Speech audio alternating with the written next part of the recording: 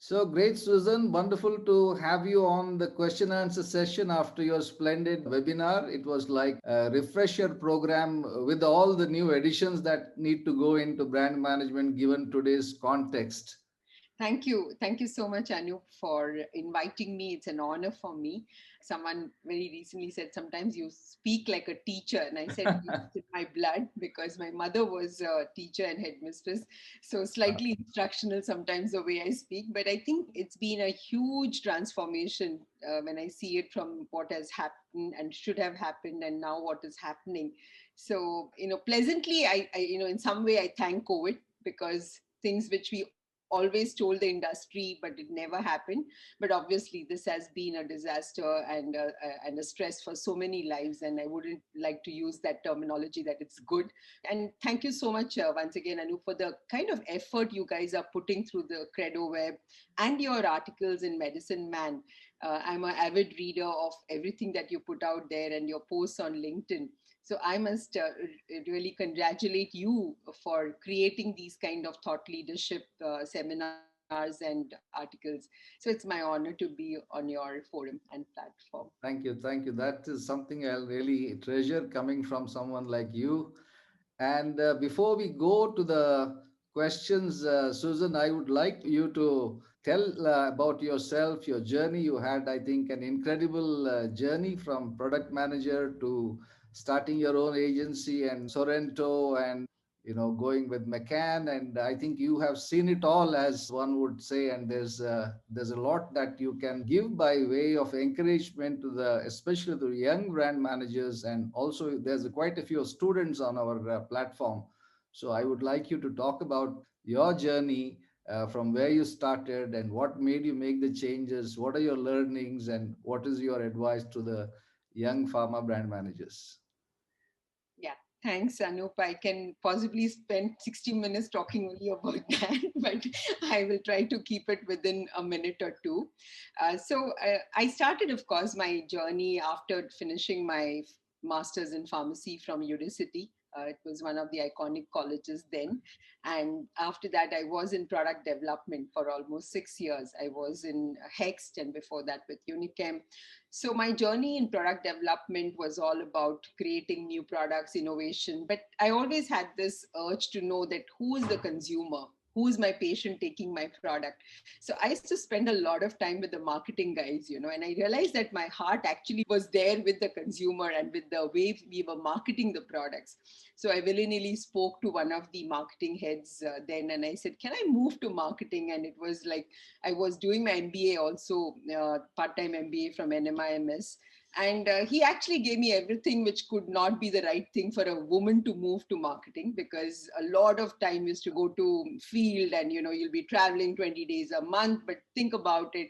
But I was so firm in my resolve and I had my family supporting me because my son was just 3 months old. And that was way back in 1989, 90, when I took that plunge and I moved to marketing. I started as a brand manager. I had no clue what was brand manager then, but the passion was there. I enjoyed every bit of marketing for 4 years. And I was marketing head of new products with Tata Pharma. And that's when I decided that why am I writing my own copy and visualizing stuff when actually this should be a separate role of the industry, advertising industry then. And that gave me the thought process that maybe it's time that we start something like this. So, and I used to devour Ogilvy's books and advertising books. So way back in 94, I started my agency along with a graphic design team who was already existing. And it was really a very, very challenging time because people like almost said, why are you doing this? This is my job, doing visual aids. And I said, yeah, but you need a strategic mind, you need good copywriters, you need visualizers. So from a very small, humble, 200 square feet place, we started the outfit. And it was completely a game-changing thought process then. And from there on, the journey went on. And Sangeeta joined me as a partner 4 years later. And we actually built this agency on the strength of great strategy, creative. And Sorrento was actually a university. A lot of people who are today in McCann or any of the other agencies are actually gone through Sorrento. And we've been actually we've partnered so many brands and businesses. And those days there was no concept of an agency. In fact, today if I look at some of the heads of business, almost every head of business at some point, with as being a brand manager, we have worked with them. So I'm very proud to see them moving to global roles, Right. taking such positions. And it's very nice because there is also a lot of respect that we earn through the system. Like, people don't see us just like another agency team, but almost like saying that, how can you really help us in building brands? So at the heart of everything that I did was brand building, what our team does brand building. And 3 years back, we got acquired by a global agency, Havas. And today we are Havas Life Sorrento. And this last 3.5 years with Havas has also been a lot of learning, because it's a very nimble footed agency, a lot of global innovation work that they do, amazing stuff that they're doing even now in the COVID times. So a lot of my case studies, which I've mentioned even in my presentation, is thanks to what Havas has presented to all of us. So it's been a wonderful journey. And there's just one thing which I would love to tell a lot of the youngsters who are listening, that never fear following your passion. Right. If you love what you do, you'll not work for a single day. And Right. trust me, I'm almost at the end of, I don't want to use the word end, but I'm going to be a 60 in a couple of years. So it's time for me to hang my boots. But ask me whether there's a single day I'm bored, never. I mean, I just enjoy this journey. I love thinking on brands. I love giving ideas, and working with my team of almost 70, 80 people is a joy, and even in these COVID times, you've done some wonderful work. Right. It's that thing. And there's so much innovation that you can keep applying to your jobs, friends. So if there's something that I could help you guys in, if this session is giving you that kind of stimulus, I'm happy. I'm really happy. And once again, thanks, Anup, for giving me this opportunity. Great. It's wonderful to know you have impeccable credentials, M Pharma from Udacity, and then I don't know where you picked up the creativity, must have been lying dormant within, and that has really blossomed. And I think it should give a lot of encouragement to the young brand managers. And I think we need more women in pharma, because I think the kind of empathy and the creativity that they bring in, I think featuring you on our women leaders in healthcare is a real privilege for us. Thank you so much. So that was a wonderful presentation. And so let's start with our conversation with a highly debated topic, the future role of reps in pharma. Deep Bhandari has shared, do reps have a role in the future of pharma? And you have given a very good dimension to it, that they should be the future relationship managers, something what the banks are well known to do for their high net worth individuals. The Ipsos research referred to them as extended partners to doctors, those who can help mentor doctors navigate various digital touch points. What are your views? And do you think that companies are truly allocating resources to bridge this gap, especially the primary care reps, which are large in numbers? I think they are the ones who are really facing the challenge now about their future. This is actually a very interesting, point that I was making, and I could see that with the Ipsos study, it only validated it further. In fact, I go back to my days when I was a marketing person, and I used to do a lot of the field work. In fact, I enjoyed doing field work in, territories like UP, where Gorakhpur and Varanasi, sitting along with the reps.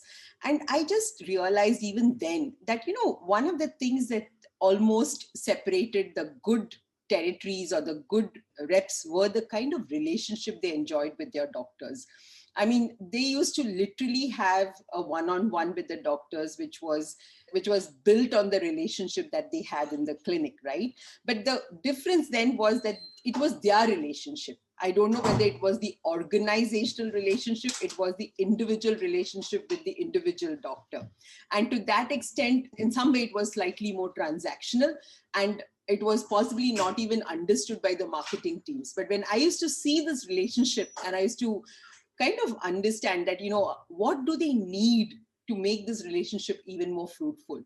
So a lot of my thinking way back, I mean, even if it was about 25 years back when I did this whole marketing, I used to always think that there is something that we need to do to make this engagement better. It's not, of course you have the visual aids, of course you will have some tools, but what could be more interesting for this relationship to build further?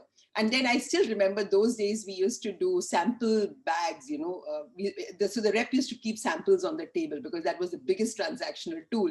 And even those days, I used to go back and think, can we package these samples better? Like it's like almost like a rep giving a gift to the doctor. So, and we used to use those sample catch covers to write messages. I mean, of course, now if you see, it is done to death. And those days, no one ever gave samples in sample catch covers, which were nicely packaged with the key messages and the branding.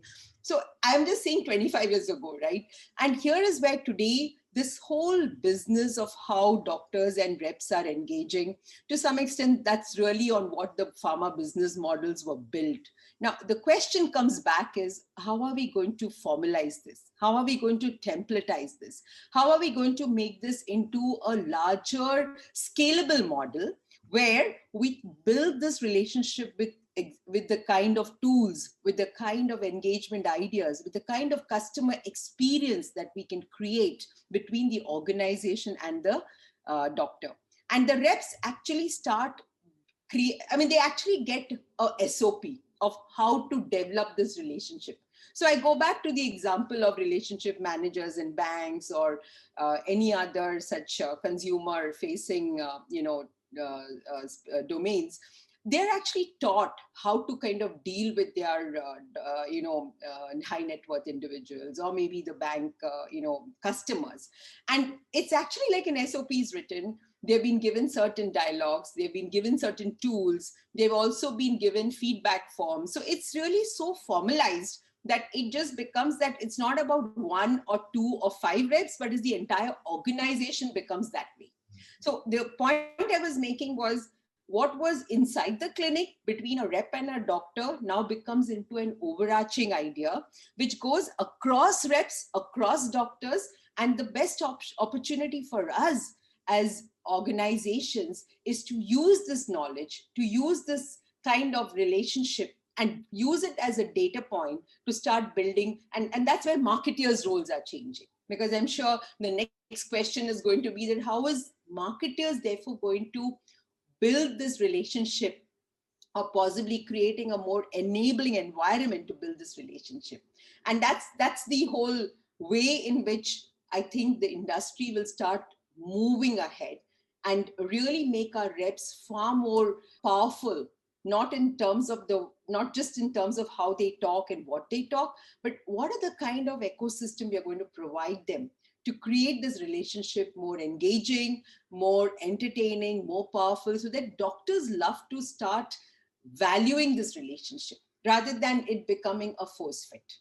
So great. I think relationships are the cornerstone of pharma's business model, because I think no other industry knows their customers personally, thanks to the field force who have built this relationship with the individual customers, be they doctors or chemists or the distributors. I think the rep goes and actually establishes a relationship. So much rests on the rep. So going forward, as you rightly said, we really need to keep this cornerstone of relationship, and technology becomes just one more layer on top of that, so that in these difficult times the relationship is there, and then the technology enables you to do what you cannot do because of the current environment. Absolutely. So I really like this word augmented rep. Many have used different words, rep 2.0, but I think this augmented rep goes so well with what we've been sharing. Deep shared in his last session as the special forces. You have the regular army for the regular operations, but you have special forces. So how does the marketing role need to change to help support the sales force evolve into their new role as a relationship manager? And Yeah. what are the new capabilities and competencies that a brand manager needs to acquire to deliver the new role? Because we always think it's the field force that needs to change, but the change driver is the marketing manager. He builds the strategy and the field force is there to execute it. So it would be great to hear from you on the marketing manager himself. Great question, Anup. There was a joke when we were in brand management, we were called as PMT, which was packers, movers, and transporters, because the only job we had was creating these visual aids, packing them, and then taking them for briefing meetings. So I know those roles have changed and evolved. But from the other side, today, when I look at our brand managers briefing us, it's always about cycle. So I always tell them, are you guys now cycle managers? Because, we're so bothered about the campaign and the cycle, right? And it's always cycle to cycle. Okay, this cycle, I'll do this. Next cycle, I will change the color of the visual aid because my rep is getting bored. And then I'll do something in the fourth cycle, not realizing that this is really not about the visual aid and the detailing tools alone, but it's also about what is it that you're really doing in terms of an overarching strategy to build your brand. So which actually brings in the very important point, and this I had mentioned even in my webinar. Like we said, that the rep is the cornerstone of the relationship. For the brand manager, it's all going to be about the kind of data that he's collecting in this journey, right? Because today, even if the rep is having the relationship, are we even aware that what is it that my communication or what is it that my brand is doing in the life of the doctor and the patient? So it's all about getting back into, in any consumer company, the role of the brand manager is a lot about understanding the consumer. They literally spend days going back, looking, thinking, checking with the consumer, trying to do research, trying to do multitude, ways of understanding this consumer. We may be knowing a little bit about our doctors through our reps, or maybe even for some of the engagements that you have with the doctor by going and meeting them. But I think it's actually a lot more than that. We have to know what is happening with our patients too, and that's actually going to be one of the biggest lever which is going to change the way a company will engage with their doctors going ahead. So knowing the patient is going to be fundamentally critical. Doing patient journeys, understanding patient journeys, definitely. In fact, I think a few more questions of those will start coming when we start talking about it.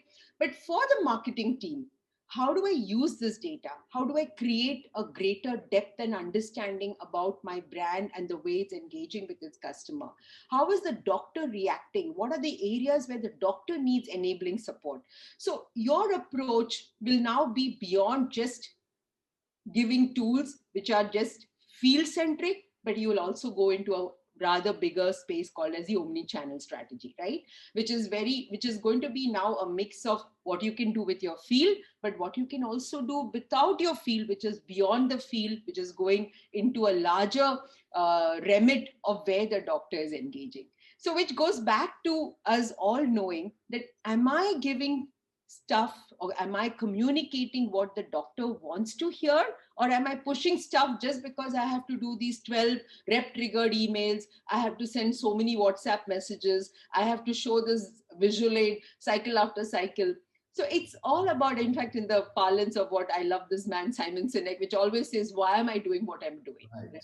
So if I just question myself why, I'm sure I'm going to get my answers much enriched, much better than what I've always been doing.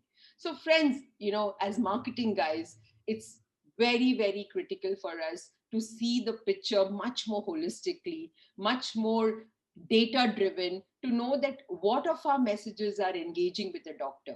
What is it that the doctor and the patient needs, which is something which is possibly going through us as a brand, or in the form of a brand message or an unbranded message too. In fact, some of the examples which I've shared even in my webinar on the multiple sclerosis or Parkinson's, which tells you that there is something more which this doctor is wanting for his patient beyond just using the drug that you want him to use.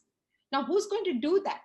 Can we as marketing people step back and think that, hey, this is a gap. How do I plug this gap and attach a value to my brand, which is bigger than any other proposition that I will just say on my visual aid? So it's a lot of, spending time in every nook and corner of where the doctor and the patient is in the context of your disease, in the context of your drug, and understand where is that opportunity for me to create a bigger purpose, a bigger meaningfulness through my brand. Great. I think we've heard it again and again that data is the new oil. And I think whether it comes to physician or to patients, data is central to connecting with the patients and the physicians at a level that makes sense to them. I've been following quite a few doctors now on Twitter, and since there's time because of the COVID, and you hear their conversation, I wish that pharma would do some social listening, even simple things, that there are some doctors who are out and out coffee lovers, and Yes. they have a great debate with the tea lovers. So some of them will be saying, "You won't be allowed into my restaurant." So there's a lot of things that you can actually segment doctors as coffee doctors and tea doctors, and maybe connect them with on a very personal level, not to talk of their scientific interests and their patient concerns. So that's a wonderful point that you have raised, and Satya Mahesh brought it across very clearly in his webinar very recently. We said that we thought that we knew doctors, we thought that we had data about doctors, but when COVID happened, we were scrambling for verifying this data. Sometimes even the mobile numbers were not correct. Sometimes the emails were written. Forget the other data. So I think this is something that brand managers need to look afresh and refresh their data about both the physicians and the patients. So that brings us to the centerpiece of your presentation. Most companies talk about patient centricity, but more often than not, it looks like lip service. Because if you say that you are patient centric, then your metrics have to change the way you measure. If you're still measuring the rep on only his sales target achievement, what about the outcomes for the patients? How many patients experience a better outcome? I mean, I think those are some of the things that should come in. So, pharma should embark on this journey of evolution to pharma 3.0 and shift from treating a condition to managing lives. Challenges, how do they do that? I think Anup, very clearly, patients have moved ahead, right? And we all have our consumers, right? And in our own way, just put yourself, if anything happens in our family. I mean, even today, when we go for our runs and walks, 70% of the time the discussion is that, is the Pfizer vaccine better than a Sputnik versus something else? I just like wonder, how do they know so much information? Right. they're they're so empowered. There's so much knowledge that is floating. I'm not saying whether it is the right knowledge or the wrong knowledge, but there's knowledge. There is lots and lots. We're drowning in information. There's so much of information going on. Now the question really comes is, when this is the kind of end patient that you're dealing with, right? Look at the doctor's own inadequacy sometime. I mean, we don't have to deal with the patient, but the doctor has to deal with these patients day in and day out. So it's just that, is he adequately empowered to answer these questions? Does he have the wherewithal? Do we as an organization dealing with that disease or dealing with those realities, how could we help this doctor? What is it that we can do more? Now, which means that we as an organization should know these patients better. Right. And that is where I think I have a bit of a gripe with the industry, that when I ask any time if a brief comes, because we obviously are at the receiving end of many brand briefs, and I always ask them, do you have any insights about your patient journey? Do you have any knowledge about what this patient is going through? It could be social listening, it could be qualitative research, quantitative research, some nuggets, some insights about how these patients are journeying their problem. And that's where I always see that the biggest gap our industry has is not investing in understanding this patient. I'm not saying it's everyone. There are companies which do it, And sometimes they do it and they give me some data which is of US, and I keep saying this is not relevant for India.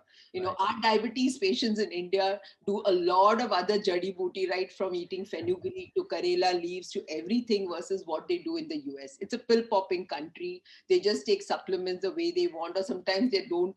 So it's different. I mean, we are a different breed. We are a different kind of consumer. We are a different kind of patient. So don't apply patient journeys which happen in US and India.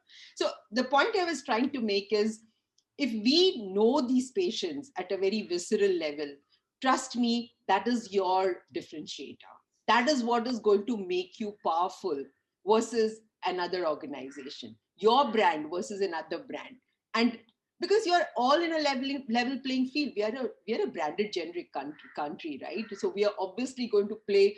I mean, one product versus the other product, at the heart is the same. The APIs are the same. It's the brand. Now, for the brand, and that is where the whole meaningfulness starts coming in. Because from the functionality, when I start moving into other benefits that I want to layer with for my brand, I need to know this patient very well. From the patient, how do I give that benefit to the doctor? Because once I'm going to give the doctor an added value, I'm already singling out my proposition in the doctor's mind.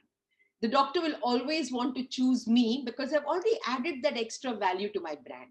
And that's really the difference that you're making. So it's not just knowing patients for the sake of it and putting it out and putting it on slides, but it's also sitting back and doing some kind of design thinking, putting your mind together, saying that what is that extra value that I can do. And that's precisely the reason why the whole shift to outcomes is becoming critical.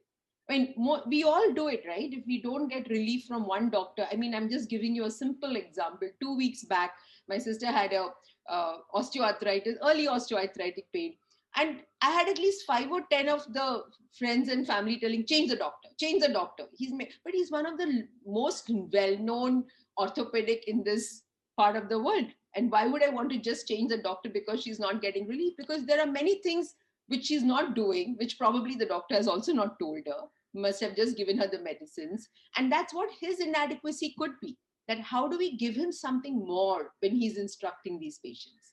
So I circle back to the same, spiel that I always say, that as organizations, it's so much more time for us to invest in knowing our patients, playing it back to doctors, creating a more a greater understanding for our doctors, and helping them to be better doctors. Because if they can have these tools which will actually give their patients better outcomes, it always evolves him as a doctor, right? He's always going to be notches higher than another doctor who possibly is not doing the same.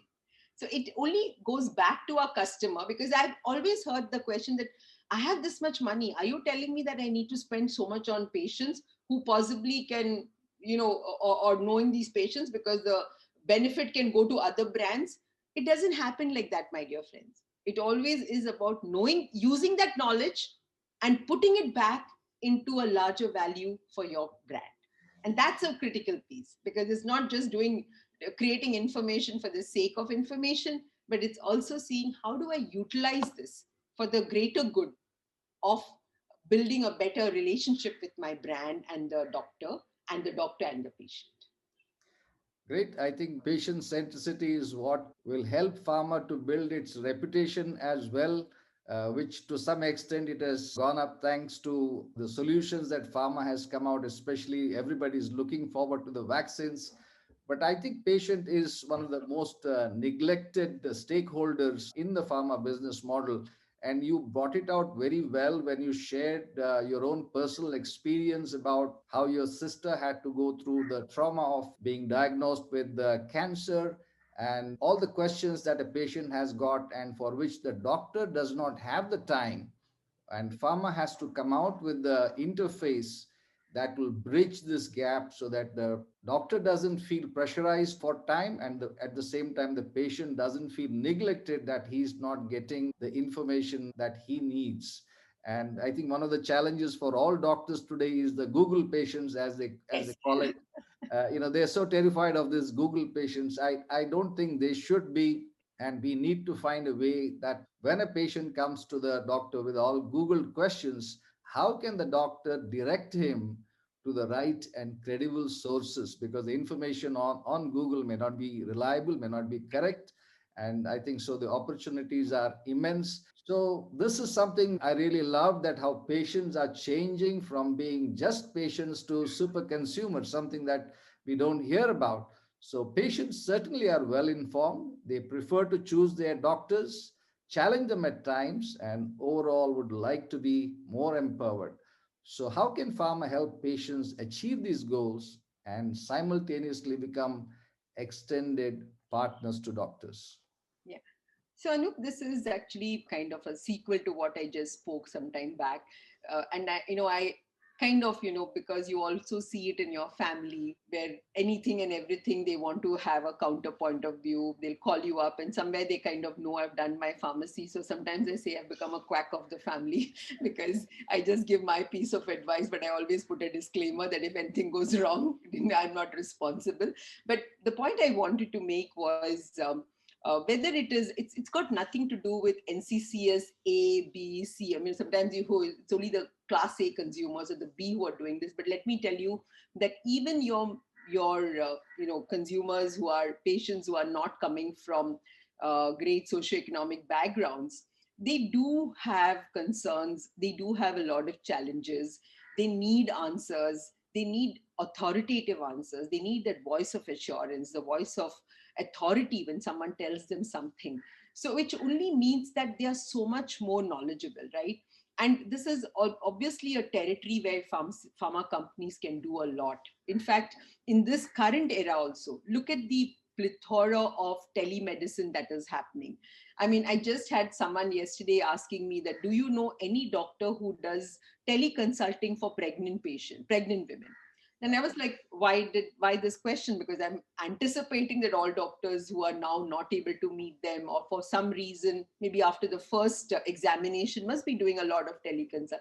Saying no, a lot of doctors are still insisting that the women comes to the hospital maybe every month, because they also lose their sonography commissions, or I don't know, I'm sorry to use these words, but something is obviously not right?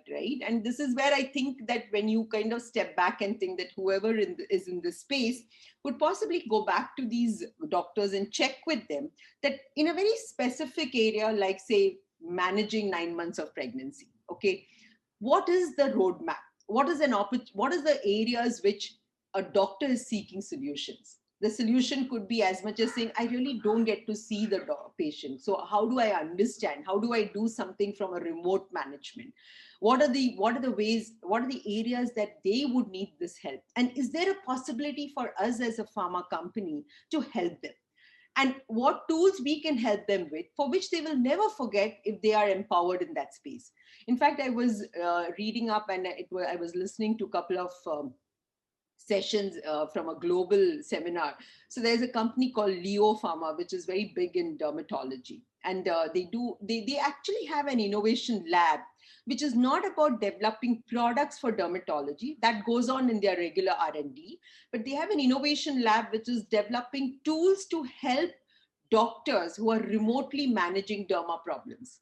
So it could be high-end apps, even to the extent of attaching very high-end magnifiers to your camera, to your phone camera, so that if you're saying, if the patient is asked to look at their eczematous skin, the doctor can actually see that magnified some 100,000 times, so the doctor literally sees the skin like he would examine a skin in the clinic. Now, imagine a company like this spending time, effort, investing in resources to empower the doctor in their specialty to do better. Why would that doctor not want to then prescribe products of a Leo Pharma? Because they are actually giving them so much more.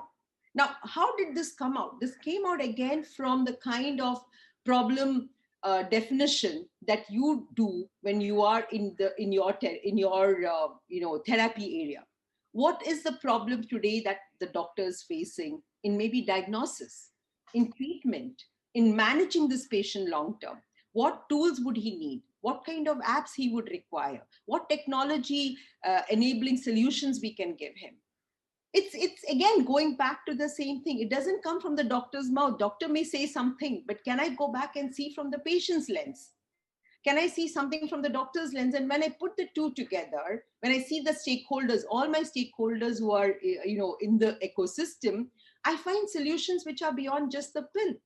And that's the point I wanted to mention, that you will have to spend time understanding this space. You will have to go deep and get into a solution mindset.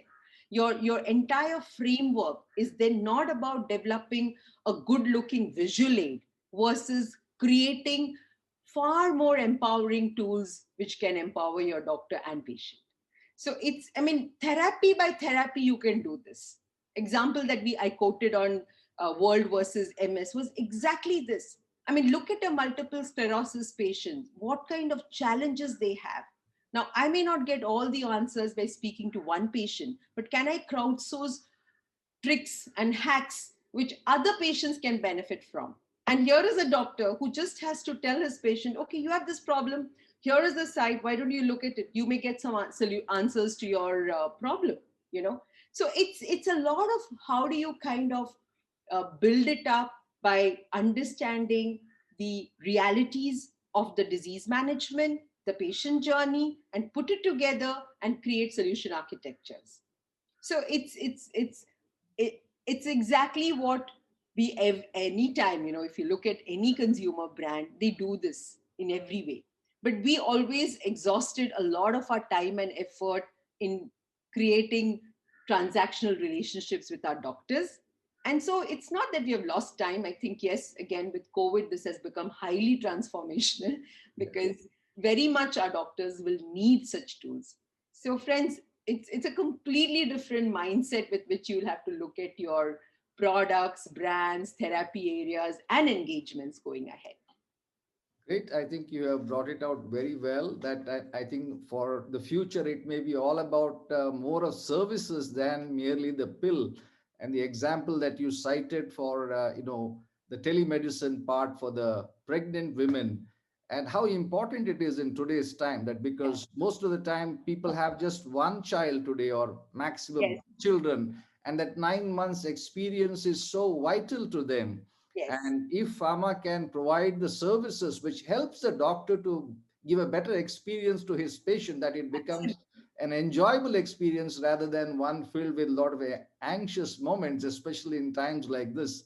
I think services can become a revenue area for pharma if they can really understand what patient centeredness is all about. Because if you look at the motherhood area, there are clinics called Motherhood, Cloud9, and which give a completely different meaning to pregnancy, that it's not something to be gotten over with but something to be enjoyed and cherished as a once or twice in a lifetime experience. So I hope that pharma are listening to what you have said and will take the steps towards making the life of patients more meaningful.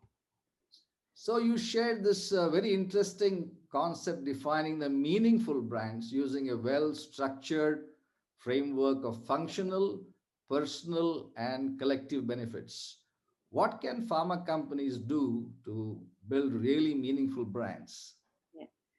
So this actually, I must thank Havas for introducing us to the model, if I may say. So while we may be doing it in our way in bits and pieces, but this is something which they have done for the last 10 to 15 years, where they have actually studied brands. And, there is one statement that comes out very clearly that customers would care less if 78% of the brands vanished from Mother Earth, which only tells you that brands which have created a higher purpose in their lives, brands which really go beyond the functional benefits, have really stood tall and strong in every era of transformation. And friends, in the pharma industry, let me tell you, I think we always, if again I go back to briefs that I receive and I say, what is it that you want to talk about your brand? And the first answer will be, it is the most efficacious and it is the safest. Can you build a story around it? I said, my dear friend, every other brand tells me the same story. What am I going to do different? What is it that I'm going to add in terms of a better benefit, a bigger purpose? a bigger way of connecting to my doctor, to my consumer, to my patient. And that's again going back to the same story which we just mentioned, in the last 10 to 15 minutes, is understanding this patient and the doctor at a very deep level. Because to go beyond the functionality of a brand, it also means that what more am I offering this patient? And that's where the whole personal benefit lies. That am I giving him, a better convenience story? Am I giving him or the doctor the better, the peace of mind, the anxiety less world that I can promise him? Can I give him something which says that, the patient will come less often with problems, with side effects, or whatever could be? So it's a lot to convert those functional benefits to a much more larger consumer narrative and story. So the personal benefit is that piece. Then it comes to the whole collective benefit. I mean, look at the whole story of World versus MS. It's not about just one patient. You have done something so meaningful that almost the entire community of patients can benefit from what you want to do. In fact, very recently, I think just yesterday, I saw a press release that AstraZeneca is signed up with RSSDI for a 3-year program, which is going beyond sugar for diabetes patients. And they're going to do some very, very enriching, patient programs, which will possibly cover something like 10 million diabetes patients. Now, they've taken that as their goal. Yeah, they've decided that they want to go beyond just talking about their product and their brand, but really seeing at a collective level, at a community level, what is it that they can do for the diabetes patients. I'm sure there are, organizations like what Cipla has been doing in the space of inhalers for asthma patients. It's not about them talking about their brand. I mean, they're really talking about addressing the fear of inhalers. Right. I mean, if inhalers are giving you a better benefit, okay, they're actually making your life far more simpler, and there is a fear, they went at a very large level of community and said that, okay, let me take this higher order purpose and make asthma patients breathe free. That's a very huge, you obviously will start counting your pennies, and people will ask you questions like, so what is the ROI that you get by doing this big stuff? Will I get something coming back? Will it happen today? Will my brand in 1 year because of this do 3x? I think these questions and answers will happen and will be one of the biggest questions which brand managers have to constantly answer. But when you see it from the meaningfulness that you're creating, we have enough data to show that brands which have invested in these collective and personal benefits, their ROIs have actually gone 5x times, their market capitalization have gone notches higher, and these are hard facts. And I would certainly think that we, being in the healthcare industry, we are dealing with human beings, we are dealing with people who are dealing with problems. How can we step out of our comfort zone of just creating, brand centric, or, I am better because I'm efficacious and I'm safe, which is hygiene, which will continue to be your spiel. What is that bigger story that I have for my brand? I mean, I love to see the way the employees of Cipla feel so proud. I mean, anytime they have a campaign that happens on Breathe Free, practically everyone from the CEO to the rep is touting it, is actually talking about it. They actually make it a point to communicate that they're doing this for the bigger goal of human purpose. Now, imagine the sense of pride that the rep feels, the marketing team feels, and more importantly, your doctors, the kind of respect they can give you. So I'm just talking about what you have created as a collective benefit for a community of patients. The ripple effect of that is humongous. It's huge. So every brand and every company can do this in a very meaningful way. And you can do it, you can tell better stories. Just because Cipla has done this for inhaler, does it mean that any other asthma company or a company which is into asthma products can't do something different? That's again something, because there could be so many issues that you could still come up with. Maybe it is about daily living of asthma patients. There are lots and lots of opportunities for us to create. And, guys, you guys are born in a technology area. We were not in that era long back. We used to think about it. And I was telling this joke some time back, and I said, there was a company which had approached us for women's overactive bladder. There was a product that they were launching. And I mean, I don't want to say this, but in this forum, yes, as a woman, I know how bad it is that you are traveling and you want to go to the loo and you don't even know whether there is a toilet in the next 1 kilometer or 2 kilometers if you're on the highway. And I kept saying that, guys, very good that you want to launch this product. I have an idea. Can you launch a national toilet tracker in India, like the Google Maps? Every Google Map should have where is the next toilet for women available. I mean, they laughed at it, but I think these are ideas which go with your brands because it's actually a big collective benefit for the community who's suffering it. And it's something which can maybe, when you look at it, it looks a bit foolhardy, but it has its own merit when you start seeing from a larger purpose of what you're doing for your brand. So these are very, very important pillars. And if you can think in the direction of not just looking from a functionality of your product to a more personal and collective benefit that you can work on, you can create, trust me, friends, you are doing something very big for your brand and businesses. Great, wonderful to hear that. I especially like to hear that AstraZeneca is doing something like going beyond sugar and reaching 10 million people. I think this is where the power of digital comes in. And I think you also shared that the MS campaign that you did reached over 25 million people. Yes. So imagine doing that with just patient education printed leaflets as we were doing earlier. Everything is on the cost. And here you have a platform, the digital platform that is virtually infinite in its reach. And SGLT2 in India is in now maybe losing its patent. And what better way to establish their presence through patient education? And I'm just visualizing a time where patients come to the doctor. Some of the 10 million of these reached patients come to the doctor and says, "I saw this campaign, so I came to you." So in a way, it actually an empowered patient, an educated and an informed patient actually begins to seek healthcare solutions from doctors. So it's wonderful. The collective benefit that you're talking about is really the way going forward for a more sustainable pharma business. So finally, I did not realize how quickly the time has gone by.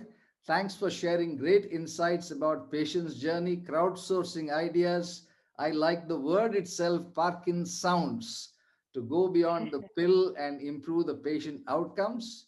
We'd love to hear your views on how Indian pharma can adopt the 4 paradigm shifts that you advised in your webinar. Once again, Anup, this is going to be a little bit repetitive, but I think if it kind of, like I said, if a penny can drop in people's mind, I will be so happy with this outcome of this webinar, because I truly, truly believe that we as brand people, marketing people, have to go deep into the understanding of this patient, doctors, in terms of their interactions and the way they're conversing. And here is where very recently, in fact, a few months back, our group in California, which is running a lot of these innovation labs, they have actually redefined what pharma companies need to become to doctors. They're actually saying that, can we become social partners to our doctors? And it's a very interesting phrase. It's a lot deep than what I just said. But what they've come out with, and they've done enough research to quantify this data point, is saying that, almost 80 to 85% of our doctors are on social media. And you brought out this point actually a few minutes ago, saying that, how you looked at your doctor who's on Twitter, right? Whether he is drinking coffee, tea. So the conversations, I mean, look at what kind of conversations doctors are having on the social media chatter. It's obviously a lot could be, some of them could be their personal chatter, which could be on Facebook and some of the other medium like Instagram. But beyond that also, they are talking about their patient problems. They're talking about disease issues. They're talking about comorbidity. The amount of conversation which I see on COVID in the context of maybe diabetes or in the context of other inflammatory problems. And doctors are actually peer-to-peer discussing this. Now, we as pharma companies, are we even aware of it? like you mentioned, a very important point of social listening. So it is not just doing random social listening, but it's really doing social listening and understanding this conversation that is happening on the social media, because that's where doctors are parking so much of their time, Right. right? I mean, I myself, my son is doing his nephrology, and he's a budding nephrologist, and studying in Coimbatore. So I was having a chat with him because he doesn't have time at all, even to go through books. And I say that, where do you get all your ideas from? He said, Mom, ek to most of my, even my seniors and my peers are all on social media. So if they see something new or if they see a case, they kind of pass it on to us. So I just realized that he is 80% of the time on social media, right? Which only tells us that what are we doing in our way in terms of engaging with these doctors and to some extent the patients, and creating a certain sense of understanding and knowledge, which can then become our fodder for creating our entire tools and techniques to address these realities.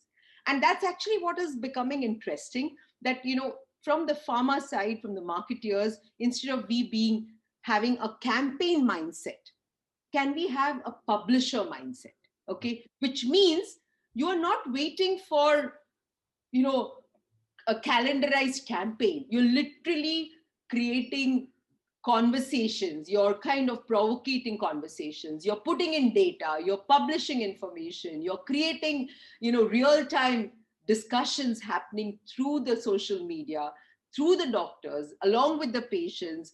You literally, and this is not just about doing things randomly, it's also doing it mindfully and meaningfully.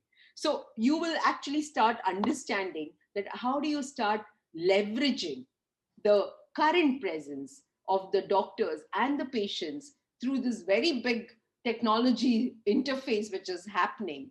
As a pharmaceutical company, what are we doing to kind of spark these conversations? How then we create these kind of conversations and convert them into assets which can then move from not just creating assets but into variety of formats, right? Formats could be podcast, formats could be videos, formats could be debates. It's just one piece of information, one piece of knowledge, but I convert it into various formats. So my entire, so that's really where, in fact, Anup, you would know this better than anyone. You're a publisher, you're a person who runs this show so beautifully. Imagine if brand managers did this with their doctors and their patients in the ecosystem. Your entire approach to the way you do your marketing will change tremendously. It's actually very transformative.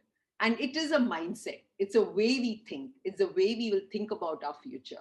And this is where your knowledge of the patient, the journey that the patient goes through, your conversations with the stakeholders. It may be sometimes, like I give the example that a large part of what today patients who have orthopedic problems, they're not close to so much their doctors as much to their physiotherapist. Yeah, there are patients who are so much closer in their diabetes journey, more closer to their nutritionist than their diabetologist. So there are these interjections, there are these points where recommendations become a lot more important. Are we even understanding it? Do we even know that there are other people in the system who can influence the journey of this patient? Everyone talks about influencer marketing. We actually have the largest and the longest knowledge of influencers, but we only always looked at the doctor as the influencer. Today, this patient is influenced by other patients. This patient is influenced by stakeholders like nutritionists, physiotherapists, their exercise manager, their yoga person. Everyone has a point of view.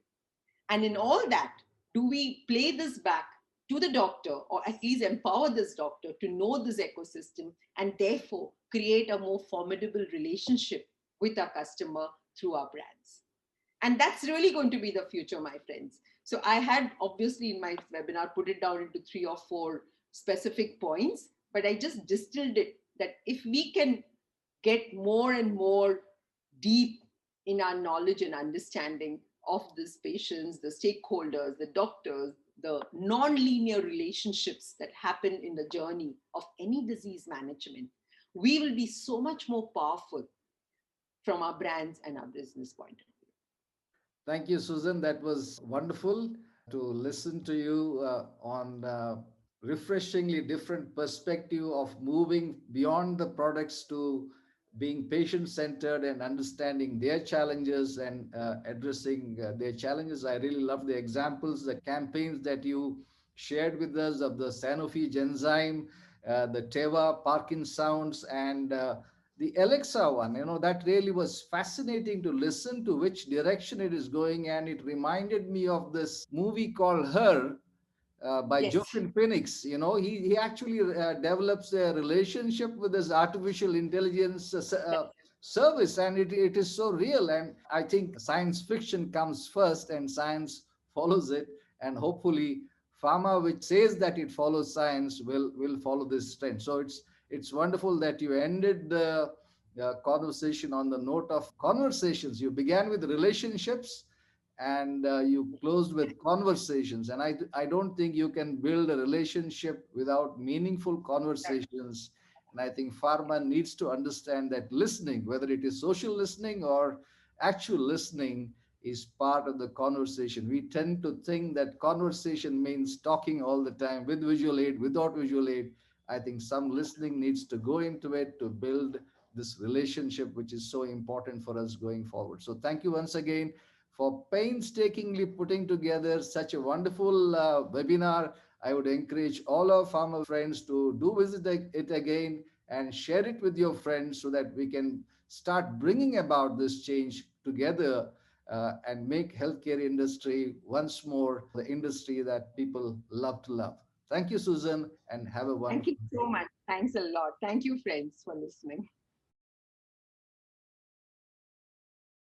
I just want to tell all our participants that if you have not listened to Susan's webinar on the patient journey, do listen to the webinar. It's still available.